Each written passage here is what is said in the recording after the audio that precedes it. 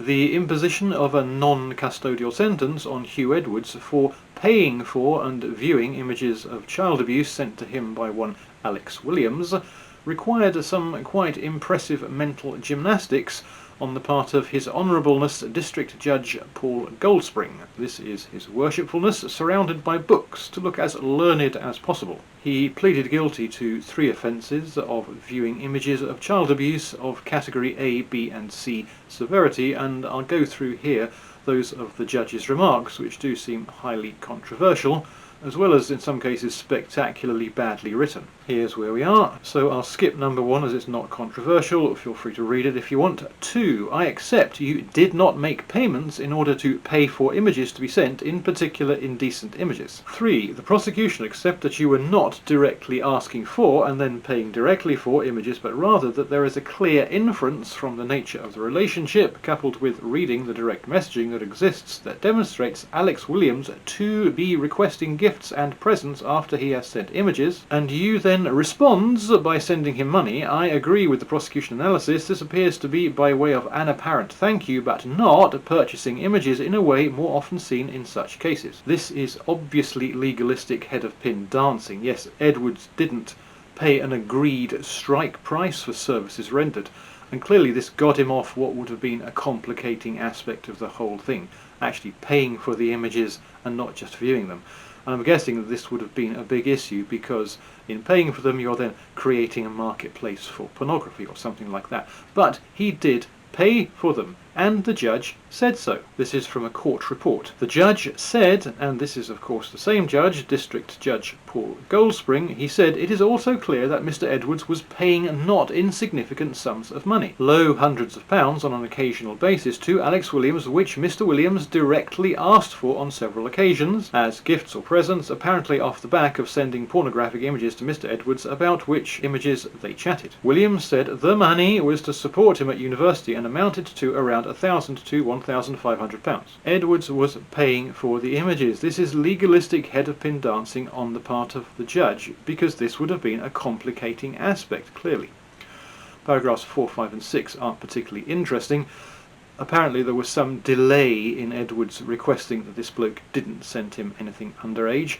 Apparently Edwards also didn't receive any potentially attached descriptive material, which is relevant for some reason. And the underage images were apparently only a small total of the overall number. Part 7 is astonishing, and it's badly written. I'm half wondering if the judge garbled the wording to try to distract from what he's saying here.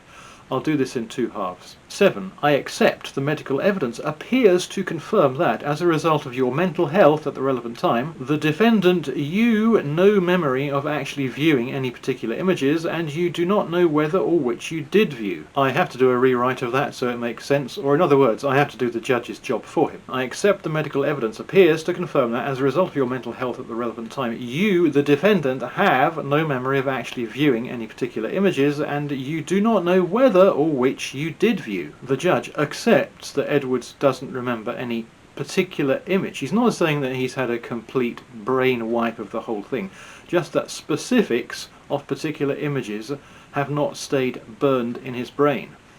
But if he remembers looking at illegal, indecent, abusive images, why is it relevant that he doesn't remember specifics of the images? Would he even be expected to remember specifics? And how would remembering specifics somehow make things worse? Why is this relevant? Is the judge, I wonder, looking to turn down the dial on this whole viewing illegal images thing by introducing what looks like a completely irrelevant caveat, a distraction?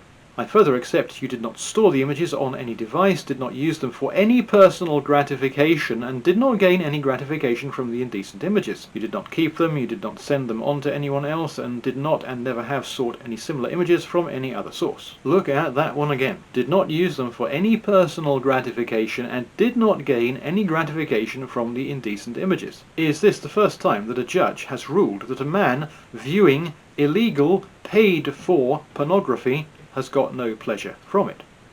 it would be helpful to go on to paragraph 8 at this point. 8. I accept that you had issues with your mental health. The degree to which you in fact did receive any sexual gratification from the indecent images, as opposed to the more general pornography received, is difficult to assess, and I defer to the medical evidence. So first we accept that there was no gratification, then we say that the levels of gratification are difficult to assess. I further accept you did not use them for any personal gratification and did not gain any gratification from the indecent images. The degree to which you in fact did receive any sexual gratification from the indecent images, as opposed to the more general pornography received, is difficult to assess, and I defer to the medical evidence. It's very bizarre and very contradictory. None and difficult to assess are two entirely different things, said the one directly after the other. Why is the judge being accommodating to the point of absurdity? But we know that's all nonsense anyway. From that same court commentary, during one exchange, Williams offered to send 12 more videos, with Edwards responding he couldn't see the latest batch, but the others were amazing. Edwards saying the images were amazing is consistent with Edwards getting no gratification from the images in the world of Senior District Judge Paul Goldspring, Chief Magistrate for England and Wales Court. Paragraph 9 is not particularly worth dwelling on. You can read it if you want to. So this is where we are. Huw Edwards didn't pay for the images, although he paid for the images. We're told he doesn't remember specifics of the images, which seems to encourage us to downgrade the severity of him viewing the images, which he doesn't deny viewing. And he got no gratification from the images, although he called them amazing, which sounds rather gratified. Although the judge does immediately contradict himself by saying that the gratification level is hard to assess. He did literally contradict himself there. He says one thing in the first paragraph and another in the second. I posted a very short summary of all that in this tweet, which you can repost if you feel so inclined. The link is in the description if you're watching this on YouTube. If the judge had accepted that Edwards paid for the images, which we know he did pay for, if he'd rejected the crack-potted claim that he didn't get any gratification from the images, and if he'd been a bit less keen to muddy the waters with all this, oh well, he doesn't actually remember anything malarkey, would he then have handed down the custodial sentence, which he seems to have been at great pains to avoid handing down? We'll never know.